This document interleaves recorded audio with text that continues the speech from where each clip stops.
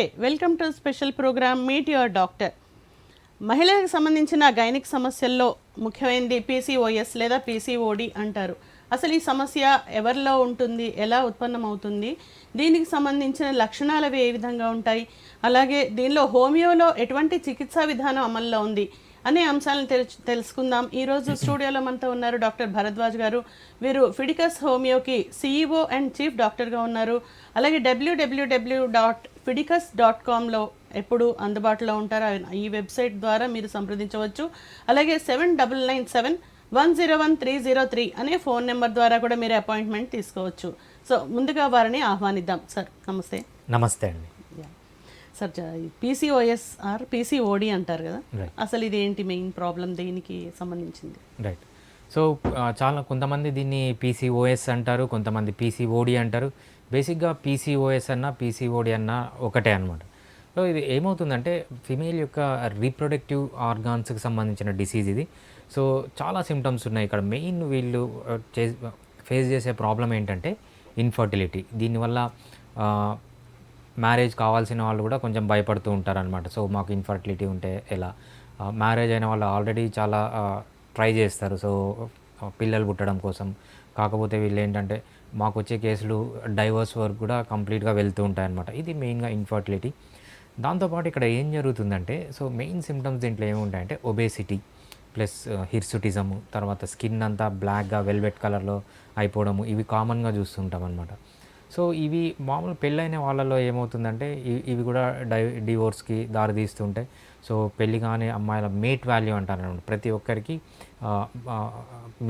ఒక మ్యారేజ్ అనేది ఒక మార్కెట్ అనుకుంటే మేల్ కానీ ఫీమేల్ కానీ సైంటిఫిక్గా మేట్ వాల్యూ అంటాం అనమాట. ఈ మేట్ వాల్యూ అనేది పడిపోతుంది. సో ఈ ప్రాబ్లమ్స్ వల్ల అంటే సో వీళ్ళకి కావాల్సిన వాళ్ళు యాక్చువల్గా డిజైరబుల్ మేట్ కంటే తక్కువ మేట్ వాల్యూ ఉన్న పర్సన్తో వాళ్ళు సెటిల్ కావాల్సి వస్తుంది. సో ఇది మెయిన్గా ప్రాబ్లం. దీంతోపాటు ఇక్కడ ఏమవుతుందంటే అలోపతిలో దీనికి ఎటువంటి ట్రీట్మెంట్ లేదు. ఫర్ ఎగ్జాంపుల్ ఏ ట్రీట్మెంట్ ఇచ్చినా కూడా ఇదేంటంటే ఆ డిసీజ్ని ఇంకా వర్స్ చేయడం తప్పితే, ఫర్ ఎగ్జాంపుల్ పీసీఓడి వస్తుంది, పిల్లలు పుట్టరు, పిల్లలు పుట్టడానికి మళ్ళీ హార్మోన్స్ తీసుకుంటారు. హార్మోన్స్ తీసుకుంటే పిల్లలు పుడతారు, కానీ ఆ పిల్లలకి చాలా ప్రాబ్లమ్స్ ఉండడము, లేదంటే ఈ పీసీఓడి ఇంకా పెరిగిపోవడము, సో ఇవన్నీ ఉంటాయి. సో దీనికి ట్రీట్మెంట్ లేదు, ట్రీట్మెంట్ తీసుకున్నా కూడా సో ఇంకా వర్స్ అవుతుంది అనమాట. కానీ హోమియోపతిలో ఏంటంటే without any single side effect, ఒక్క సైడ్ ఎఫెక్ట్ కూడా లేకుండా, బయట నుంచి మీరు హార్మోన్స్ తీసుకోవాల్సిన అవసరం లేకుండా ఈ డిసీజ్ని కొన్ని లైఫ్ స్టైల్ మోడిఫికేషన్స్, సో ఫుడ్లో, మీ స్లీప్లో, మీ ఎక్సర్సైజ్లో, అదేవిధంగా మీ స్ట్రెస్లెస్ ఫ్రీ లైఫ్లో అన్ని కొన్ని మోడిఫికేషన్స్ చేసుకొని హోమియోపతి ట్రీట్మెంట్ తీసుకుంటే ఆల్మోస్ట్ ఆల్ ది విమెన్కి ఈ ప్రాబ్లం అనేది కంప్లీట్గా వితౌట్ సైడ్ ఎఫెక్ట్ క్యూర్ చేసుకోవచ్చు. ఓకే, అయితే ఇప్పుడు ఈ పీసీఓఎస్కి లక్షణాలు ఏ విధంగా ఉంటాయి? రైట్. పీసీఓఎస్కి కొన్ని స్పెసిఫిక్ సిమ్టమ్స్ ఉంటాయండి. ఫస్ట్ వీళ్ళలో ఏంటంటే ఇర్రెగ్యులర్ పీరియడ్స్లో ఎమోనియోరియా అంటాం. సో పీరియడ్స్ లేట్గా రావడం కానీ, పీరియడ్స్ చాలా రోజులు రాకపోవడం కానీ, డిలేడ్ పీరియడ్స్ కానీ ఉంటాయి. అదేవిధంగా ఫ్లో తగ్గిపోతుంది. సో కావాల్సినంత మెన్స్ట్రల్ బ్లడ్ రాదనమాట. ఫ్లో కూడా చాలా తక్కువగానే ఉంటుంది. ఒక్కొక్కసారి మోస్ట్లీ షార్ట్ పీరియడ్స్ ఉంటాయి. మామూలుగా పీరియడ్స్ అంటే 4 to 5 days ఉండాలి, వీళ్ళకి షార్ట్ పీరియడ్స్ ఉంటాయి. కొంతమందిలో ఏమవుతుందంటే లాంగ్ పీరియడ్స్ కూడా మనం చూస్తాం అనమాట. ఇంకోటి వీళ్ళలో చూసే సిమ్టమ్ ఏంటంటే అకాంతోసిస్ నైగ్రికాన్స్ అంటాం. అకాంతోసిస్ నైగ్రికాన్స్ అంటే ఏంటంటే వీళ్ళ హోల్స్లో, అంటే ఈ మోచేయి మడిచే దగ్గర కానీ, లేకపోతే మోకాలు మడవడం దగ్గర కానీ, నెక్ దగ్గర కానీ వీళ్ళకి ఏంటంటే వెల్వెటీ స్కిన్ అనేది వెల్వెట్గా మారిపోతుంది అనమాట. దీన్ని అకాంతోసిస్ నైగ్రికాన్స్ అంటాం. ఇది కూడా ఒక సిమ్టమ్. అదేవిధంగా హిర్సుటిజం అంటాం అనమాట. అంటే ఆడవాళ్ళలో మీసాలు గడ్డాలు రావడం, ఒంటిపైనంత వెంట్రుకలు రావడం, ఇవన్నీ కామన్గా చూస్తుంటాం. దీంతోపాటు ఒబేసిటీ కామన్గా ఉంటుంది. అదేవిధంగా ఇన్ఫర్టిలిటీ, డిప్రెషన్ ఉంటుంది వీళ్ళలో, అనీమియా కూడా ఉంటుంది అనమాట. ఇవన్నీ మనము ఈ సిమ్టమ్స్ అన్ని కలిసి ఉంటే మనం దీన్ని ఈజీగా పీసీఓడి అని రికగ్నైజ్ చేయొచ్చు. ఓకే, అయితే ఇప్పుడు ఈ లక్షణాలు కనిపించకుండా కూడా ఒకవేళ ఉండొచ్చా? ఒకవేళ ఎలా నిర్ధారణ చేస్తారు ఈ ప్రాబ్లం ఉందని? సో మెయిన్గా దీనికి ఏంటంటే 3 క్రైటీరియా ఉంటుంది. ఈ 3 క్రైటీరియాలో 2 క్రైటీరియా అయినా సాటిస్ఫై అయితే దాన్ని మనము పీసీఓడి అంటాము. సో మనం ఫస్ట్ అల్ట్రాసౌండ్లో ఏం కనిపిస్తుందంటే, సో ఓవరీ ఉంటుంది. ఓవరీ అంటే అండాశయం, అంటే ఇక్కడి నుంచి మనకు ఎగ్స్ అనేవి రిలీజ్ అవుతాయి అన్నమాట. సో నార్మల్గా మంత్లీ ఒక ఎగ్ రిలీజ్ కావాలి, కంప్లీట్గా అది రిలీజ్ కావాలన్నమాట. వీళ్ళల్లో ఏమవుతుందంటే సో ఇన్ఓవులేటరీ సైకిల్స్ అంటాం అనమాట. వీళ్ళకి పీరియడ్స్ వస్తాయి కానీ ఓవులేషన్ అనేది జరగదనమాట. అప్పుడు ఏమవుతుందంటే ఈ ఓవరీ చుట్టూ ఈ ఈ ఫాలికిల్స్ అనేవి ఒక పర్ల్ చైన్, మన ముత్యాల హారం ఎలా ఉంటుంది అలా ఉండిపోతాయి అనమాట, అంటే రిలీజ్ కాకుండా. సో ఇది ఒక ఫస్ట్ సైన్ అనమాట. దీంతోపాటు హిర్సుటిజం ఉన్నా కూడా సో మనము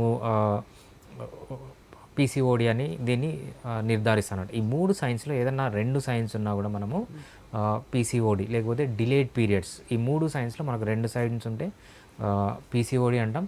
మెయిన్గా దీనికి మనం చేయాల్సింది ఏంటంటే అల్ట్రాసౌండ్ అబ్డామిన్ తీసినప్పుడు సో పర్ల్ చైన్ స్ట్రక్చర్ లాంటి ఓవరీస్ కనిపిస్తాయి. దాంతోపాటు కొన్ని వేరే ఇన్వెస్టిగేషన్స్ చేయాలన్నమాట. ఈ ఈ డిసీజ్ రావడానికి మెయిన్ రీజన్ ఏంటంటే ఇన్సులిన్ రెసిస్టెన్స్ అంటే ఏంటి? సో మీకు ఆల్రెడీ షుగర్ రావడం కానీ లేకపోతే డయాబెటీస్ అంటాం కదా, ప్రీ డయాబెటిక్ స్టేజ్లో ఉండడం కానీ ఇవన్నీ చూస్తాం. దీన్ని టెస్ట్ చేయడానికి మనం ఏం చేస్తాం? పిఎల్బిఎస్, ఆర్బిఎస్ అనే బ్లడ్ టెస్టులు చేస్తాం. దాంతోపాటు హెచ్బిఏవన్సీ అని ఒక టెస్ట్ ఉంటుంది, అంటే లాస్ట్ 3 months నుంచి మీ షుగర్ లెవెల్స్ ఎలా ఉన్నాయని తెలుస్తుంది, ఆ టెస్ట్ ఒకటి చేస్తాము. దాంతోపాటు అల్ట్రాసౌండ్, దాంతోపాటు లిపిడ్ ప్రొఫైల్ చాలా ఇంపార్టెంట్ అనమాట. అంటే వీళ్ళలో హైపర్ లిపిడీమియా కానీ డిస్లిపిడీమియా కానీ, అంటే కొలెస్ట్రాల్ పెరగడము తగ్గడము లేకపోతే ఫ్యాట్ శాతం ఒంటిలో ఎక్కువ పెరగడం ఇవన్నీ చూస్తుంటాం. సో ఇవన్నీ మనము కామన్గా చేసే ఇన్వెస్టిగేషన్స్ పీసీఓడి. ఓకే. అయితే ఇప్పుడు పీసీఓడి అనే దానికి జనరల్గా అంటే ఇది ఓవరీస్కి సంబంధించింది. నార్మల్ స్ట్రక్చర్ ఓవరీస్ ఏ విధంగా ఉంటుంది, వాటి ఫంక్షనింగ్ నార్మల్ ఫంక్షనింగ్ అయితే ఎలా ఉంటుంది? రైట్. సో మనము ఆడవాళ్ళు ఈ డిసీజ్ గురించి కంప్లీట్గా అర్థం చేసుకోవాలంటే కొంచెం అనాటమీ ఫిజియాలజీ గురించి తెలుసుకోవడం అవసరం. సో అనాటమీ ఫిజియాలజీ గురించి లైట్గా తెలుసుకుంటే ఏమవుతుందంటే మీ డిసీజ్ని అర్థం చేసుకోవడం కానీ లేకపోతే దీన్ని మెయింటైన్ చేయడం కానీ చాలా ఈజీగా ఉంటుంది.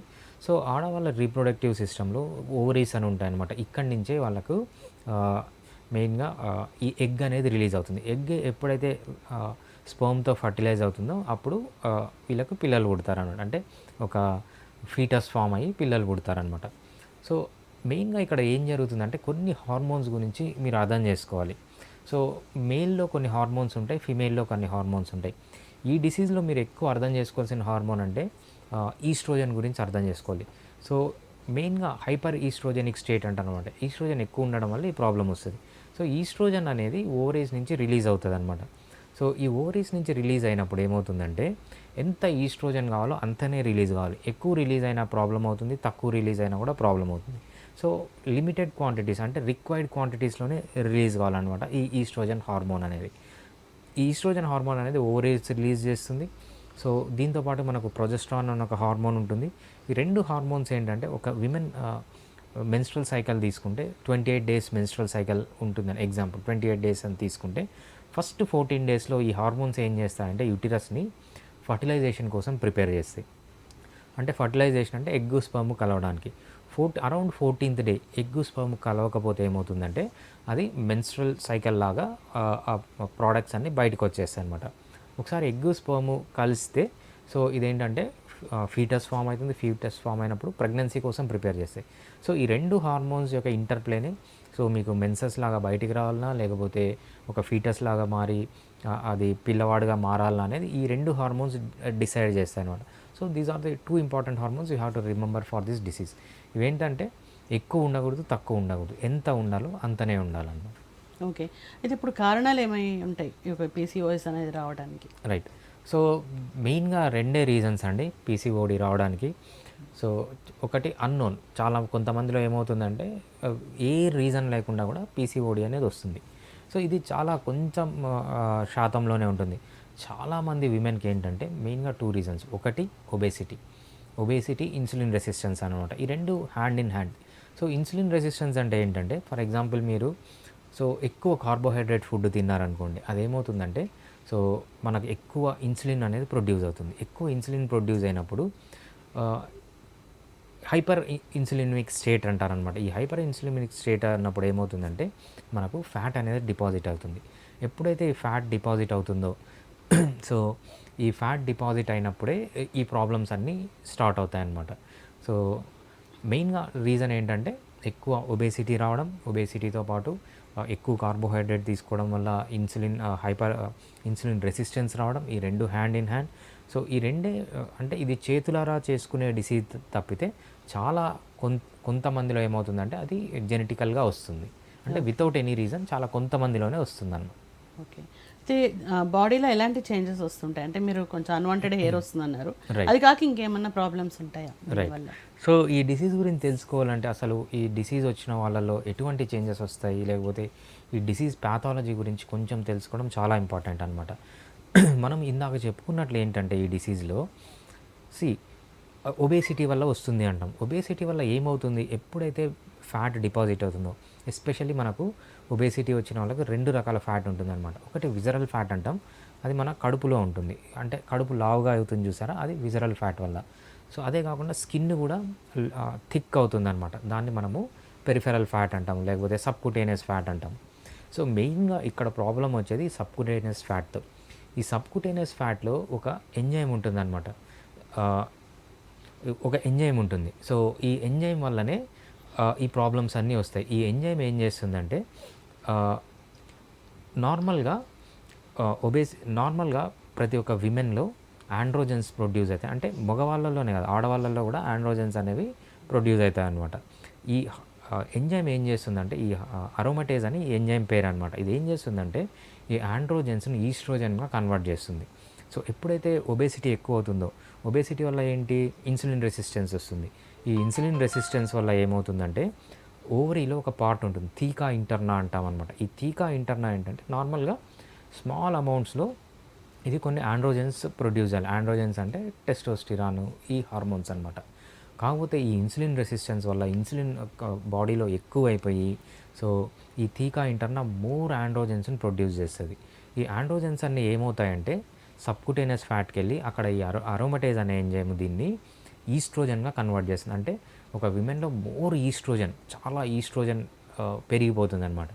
ఎప్పుడైతే ఈ ఈస్ట్రోజన్ పెరిగిపోతుందో, హైపర్ ఈస్ట్రోజెనిక్ స్టేట్ ఉంటుందో, సో అప్పుడు ఈ ఎండోమెట్రియం పైన యాక్ట్ చేసి ఈ ఎండోమెట్రియం క్యాన్సర్స్ రావడం కానీ, లేకపోతే ఎప్పుడైతే ఈ మేల్ హార్మోన్స్ ఎక్కువైపోతాయో హిర్సుటిజం రావడం కానీ, అంటే మీసాలు గడ్డాలు రావడం, విమెన్లో వాయిస్ చేంజ్ కావడం, అబ్నార్మల్గా ఫ్యాట్ డిపాజిట్ కావడం, ఇవన్నీ చూస్తుంటాం అనమాట. దీంతోపాటు ఇక్కడ ఏమవుతుందంటే ఎనోవిలేటరీ సైకిల్స్ వస్తాయి.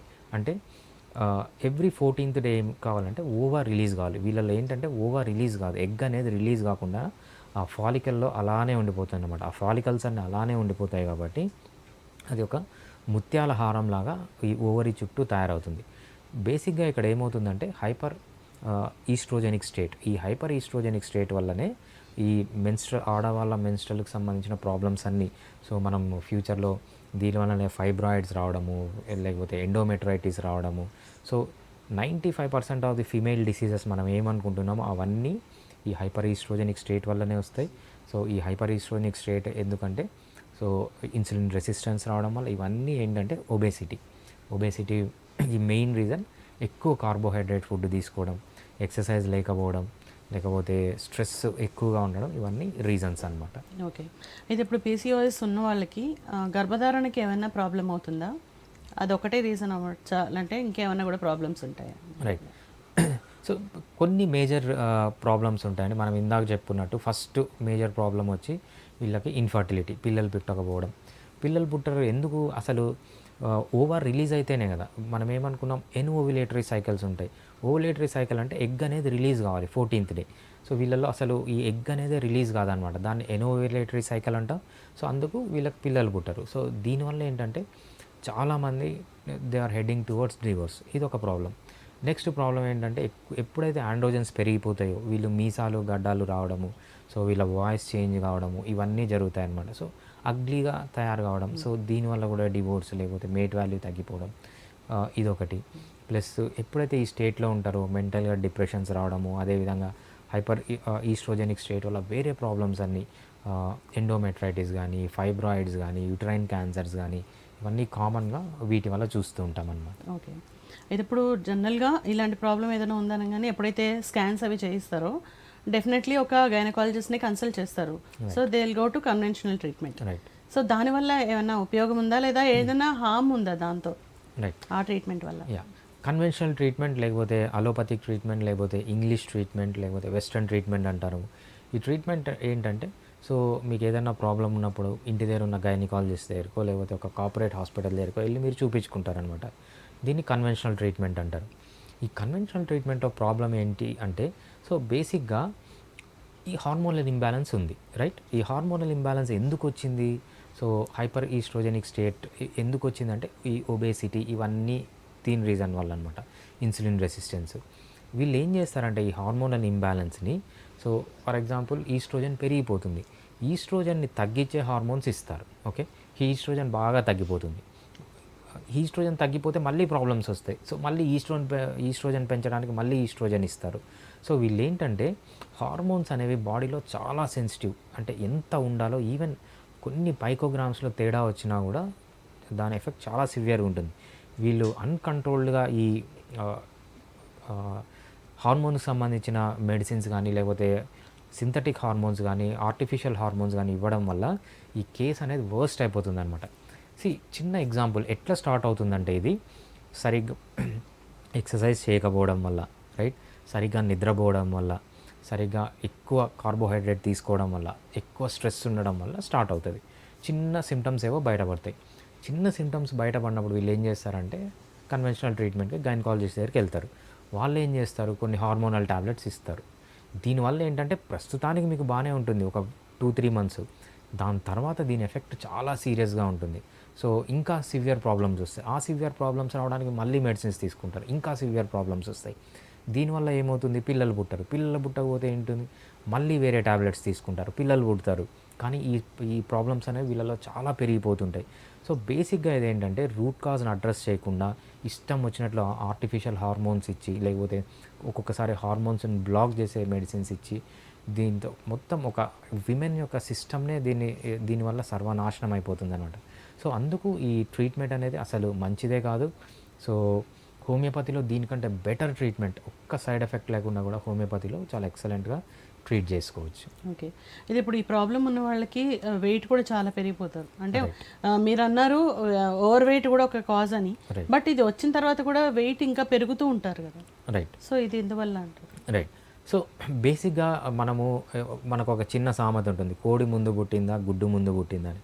సో ఈ రెండు హ్యాండ్ ఇన్ హ్యాండ్ అనమాట. ఒకదాని వల్ల ఇంకోటి వస్తుంది, ఇంకో దాని వల్ల ఇంకోటి వస్తుంది. ఇక్కడ ఏంటి, ఫస్ట్ అసలు స్టార్ట్ అయ్యేది ఎక్కడ స్టార్ట్ అవుతుంది, ఒబేసిటీ రావడం వల్ల. ఈ ఒబేసిటీ రావడం వల్ల ఏమవుతుంది, హైపర్ ఈస్ట్రోజెనిక్ స్టేట్.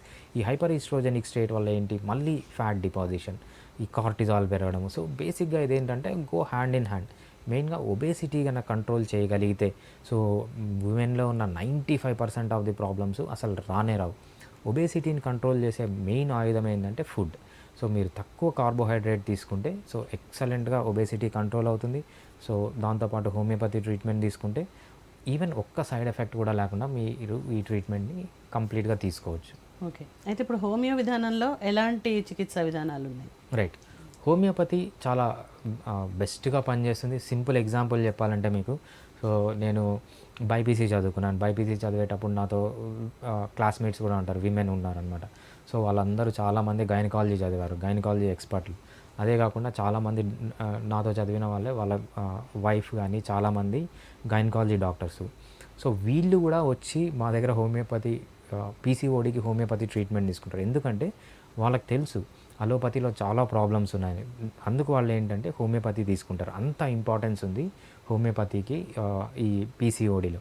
సో బేసిక్గా చాలామంది గైనకాలజిస్టులే వచ్చి హోమియోపతిలో పీసీఓడికి ట్రీట్మెంట్ తీసుకుంటున్నారు. ప్రస్తుతానికి కూడా మన దగ్గర చాలా కేసెస్ ఉన్నాయి ఇలా. సో హోమియోపతి అడ్వాంటేజ్ ఏంటంటే హోమియోపతి అసలు రూట్ కాజ్ని అడ్రస్ చేస్తుంది. ఇక్కడ ఏంటి మెయిన్, ఇన్సులిన్ రెసిస్టెన్స్ అంటామన్నమాట. ఇన్సులిన్ రెసిస్టెన్స్ని తగ్గించడానికి ఎక్సలెంట్ మెడిసిన్స్ ఉన్నాయి. సో ఇన్సులిన్ రెసిస్టెన్స్ అంటే ఏంటంటే, సో బేసిక్గా మీరు ఏమన్నా తిన్నప్పుడు ఇన్సులిన్ అనేది ప్రొడ్యూస్ అవుతుంది. ఇన్సులిన్ ప్రొడ్యూస్ అయ్యి ఏదైతే కార్బోహైడ్రేట్ మీరు తింటారో అది సెల్స్లోకి వెళ్ళిపోతుంది అనమాట. అది నార్మల్ ఇన్సులిన్.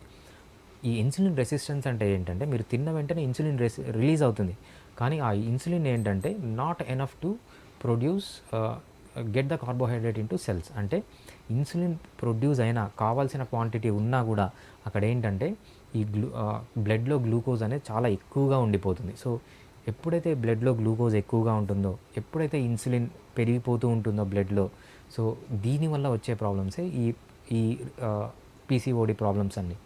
హోమియోపతిలో ఈ ఇన్సులిన్ రెసిస్టెన్స్ని తగ్గించడానికి, అంటే మీలో కొంచెం ఇన్సులిన్ ప్రొడ్యూస్ అయినా కూడా సో గ్లూకోజ్ అనేది మీ బ్లడ్లోంచి వెళ్ళిపోయి టిష్యూస్లో డిపాజిట్ కావడానికి చాలా ఎక్సలెంట్ మెడిసిన్స్ ఉన్నాయి. ఇది ఒక కేటగిరీ. అదేవిధంగా ఒబేసిటీ తగ్గించాలన్నా కూడా హోమియోపతిలో చాలా మంచి మెడిసిన్స్ ఉన్నాయి. సో 100 మంది ఉన్నారనుకో, 10 మంది ఉన్నారనుకోండి, 10 మందికి డిఫరెంట్ రీజన్స్ ఉంటాయి ఒబేసిటీ రావడానికి. సో ఈచ్ రీజన్ని మనము ఐడెంటిఫై చేసి హోమియోపతిలో దానికి తగ్గ మెడిసిన్ ఇస్తే ఒబేసిటీ కూడా చాలా ఈజీగా తగ్గుతుంది. ఇన్సులిన్ రెసిస్టెన్స్ బాగా తగ్గుతుంది. అంతేకాకుండా మీకు ఆల్రెడీ పీసీఓడి వచ్చింది, సో అన్ని సిస్ట్స్ అన్నీ కనిపిస్తున్నాయి మీకు, ఆ సిస్ట్ని తగ్గించడానికి కూడా అంటే సిమ్టమాటిక్ బేస్లో చాలా ఎక్సలెంట్ మెడిసిన్స్ ఉన్నాయి. ఈ మెడిసిన్స్ అన్నీ without side effect, even single side effect కూడా లేకుండా మీరు హోమియోపతిలో ఈ పీసీఓడి అనేది ఎక్సలెంట్గా ట్రీట్ చేసుకోవచ్చు. ఓకే. అయితే ఇప్పుడు ట్రీట్మెంట్ అనేది పూర్తిగా తీసుకోకపోతే ఎలాంటి సమస్యలు వస్తాయి, అండ్ ఇప్పుడు దీంతో ట్రీట్మెంట్ పూర్తయిందని గుర్తించడం ఎలా? రైట్. సో ఫస్ట్ ట్రీట్మెంట్ తీసుకోకపోతే ఎటువంటి సమస్యలు వస్తాయంటే, సో మెయిన్గా ఈ హైపర్ ఈస్ట్రోజెనిక్ స్టేట్ వల్ల వేరే ప్రాబ్లమ్స్ అన్నీ వస్తాయి. ఏం ప్రాబ్లమ్స్? ఎండోమెట్రైటిస్ అంటాము. ఎండోమెట్రైటిస్ అంటే మెన్స్ట్రుయేషన్ అనేది మీ యూట్రస్లోనే రావాలి. వీళ్ళలో ఏమవుతుందంటే ఎండోమెట్రైటిస్ కేసులో బ్రెయిన్లో మెన్సెస్ రావడము, ముక్కులోంచి బ్లడ్ రావడము, దీన్నంతా ఎండోమెట్రైటిస్ అంటామన్నమాట. సో ఈ ఎండోమెట్రైటిస్ రావచ్చు, లేకపోతే క్యాన్సర్, సో ఎండోమెట్రియల్ క్యాన్సర్ అంటామన్నమాట. ఈ క్యాన్సర్కి దారి తీయచ్చు. లేకపోతే యూటరైన్ ఫైబ్రాయిడ్స్ అంటామన్నమాట. యూటరైన్ ఫైబ్రాయిడ్స్ రావచ్చు. సో మనం మోడర్న్గా చూసే 95% ఆఫ్ ది విమెన్ ప్రాబ్లమ్స్ ఏమొస్తాయంటే, సో ఈ హైపర్ ఈస్ట్రోజెనిక్ స్టేట్ వల్లే వస్తాయి. ఈ హైపర్ ఈస్ట్రోజెనిక్ స్టేట్కి మెయిన్ రీజన్ వచ్చి పీసీఓడి. ఈ పీసీఓడిని కంట్రోల్ చేసి, ఒబేసిటీని కంట్రోల్ చేసి, మీ డైట్ని కంట్రోల్ చేసి హోమియోపతి మెడిసిన్ తీసుకుంటే ఇవన్నిటికీ పోకుండా ఈవెన్ క్యాన్సర్స్ కూడా, ఎండోమెట్రియల్ క్యాన్సర్స్ కూడా వస్తుంటాయి అన్నమాట. ఇవన్నీ కంప్లీట్గా క్యూర్ చేసుకోవచ్చు. ఓకే. సో ఇప్పుడు మిమ్మల్ని సంప్రదించాలి అని అనుకుంటే పేషెంట్స్ ఎవరైనా ఏ విధంగా చేయాలి? రైట్. సో మేము ఫిడికస్ హోమియోపతి అనేది చైన్ ఆఫ్ హోమియోపతి క్లినిక్స్. ఇవి చాలా క్లినిక్స్ ఉన్నాయి మాకు. సో మీరు 2 టైప్స్ ఆఫ్ ట్రీట్మెంట్ తీసుకోవచ్చు. ఒకటి ఆన్లైన్ ట్రీట్మెంట్, ఒకటి in person treatment. In person treatment అంటే సో మీరు డైరెక్ట్గా మాకు ఫోన్ చేసి మీ నియరెస్ట్ బ్రాంచ్కి వెళ్ళి ట్రీట్మెంట్ తీసుకోవచ్చు. ఆన్లైన్ ట్రీట్మెంట్ అంటే మీరు హైదరాబాద్లో ఎక్కడున్నా, లేకపోతే తెలుగు రాష్ట్రాల్లో ఎక్కడున్నా, లేకపోతే ఇండియాలో ఉన్నా, లేకపోతే ప్రపంచంలో ఎక్కడున్నా, so even America, US, even పాకిస్తాన్లో కూడా మనకు పేషెంట్స్ ఉన్నారు. సో మీరు ఆన్లైన్ అంటే మీ చాయిస్. సో వీడియో కాల్ కానీ, ఆడియో కాల్ ద్వారా కానీ మాతో డిస్కస్ చేసి, సో అవసరమైతే ఏదైనా రిపోర్ట్స్ కావాలంటే మీరు లోకల్గానే రిపోర్ట్స్ చేయించుకొని మాకు ఆ రిపోర్ట్స్ని ఎలక్ట్రానిక్గా షేర్ చేయొచ్చు. ఆ రిపోర్ట్స్ని బట్టి మేము మెడిసిన్స్ ప్రిస్క్రైబ్ చేసి మీరు ఎక్కడుంటే అక్కడ డోర్ స్టెప్స్కి, ఇండియా, యూఎస్, యూకే ఎక్కడున్నా కూడా మీరు డోర్ స్టెప్స్కే ఈ మెడిసిన్స్ అనేవి మేము షిప్ చేస్తామన్నమాట. Okay sir, thank you so much for the participation sir. నమస్తే. సో ఎప్పుడైతే మనం కన్వెన్షనల్ ట్రీట్మెంట్కి వెళ్తామో పీసీఓఎస్ ఆర్ పీసీఓడి అనేది మహిళల్లో చాలా అంటే ముఖ్యమైన సమస్య, అలాగే తీవ్రమైన సమస్యగా కూడా ఉంది. దీనికి మనం ఇంగ్లీష్ మెడిసిన్ అది తీసుకోవటం వల్ల మరిన్ని ప్రమాదాలు వచ్చే అవకాశం ఉన్నాయి అంటూ డాక్టర్ గారు చెప్తున్నారు. సో హోమియోలోనే సత్వరమైన చికిత్స అండ్ పర్మనెంట్గా చికిత్స దొరుకుతుందని డాక్టర్ గారు చెప్తున్నారు. సో ఇది ఇవాళ ఎపిసోడ్. మరో ఎపిసోడ్లో మళ్ళీ కలుద్దాం. Keep watching.